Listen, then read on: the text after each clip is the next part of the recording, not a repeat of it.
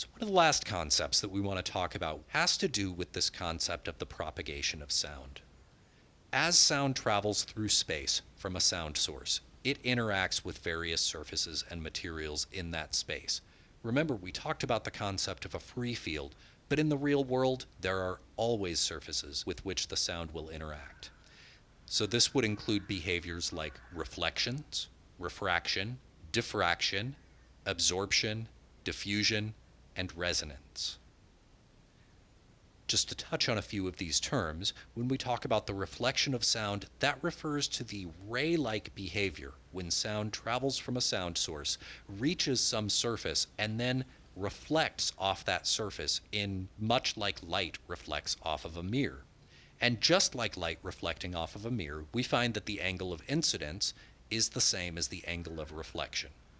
Absorption is when sound interacts with a material that converts the sound energy into some other form of energy, quite often into very, very, very small amounts of thermal energy.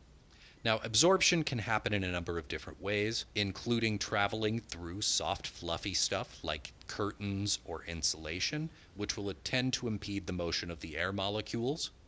Diffusion is when sound reflects off a surface, but its energy is scattered over a wide angle. This is not unlike a light diffuser, which are the white panels that we put over things like fluorescent lights in classrooms so that we don't get a hard shadow line. The light from that light bulb is spread out over a broad area.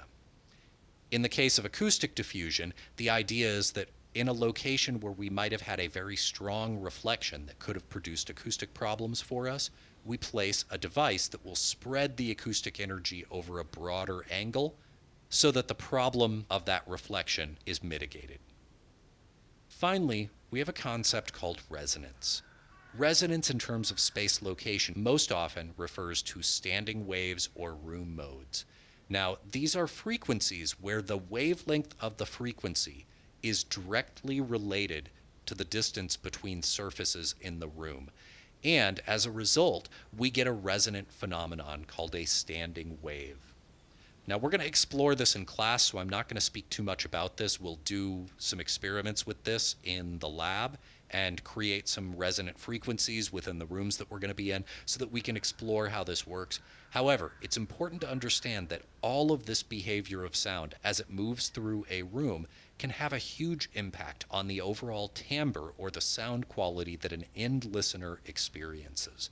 So this has applications in everything from the design of instruments to the design of performance spaces, recording studios, and listening spaces.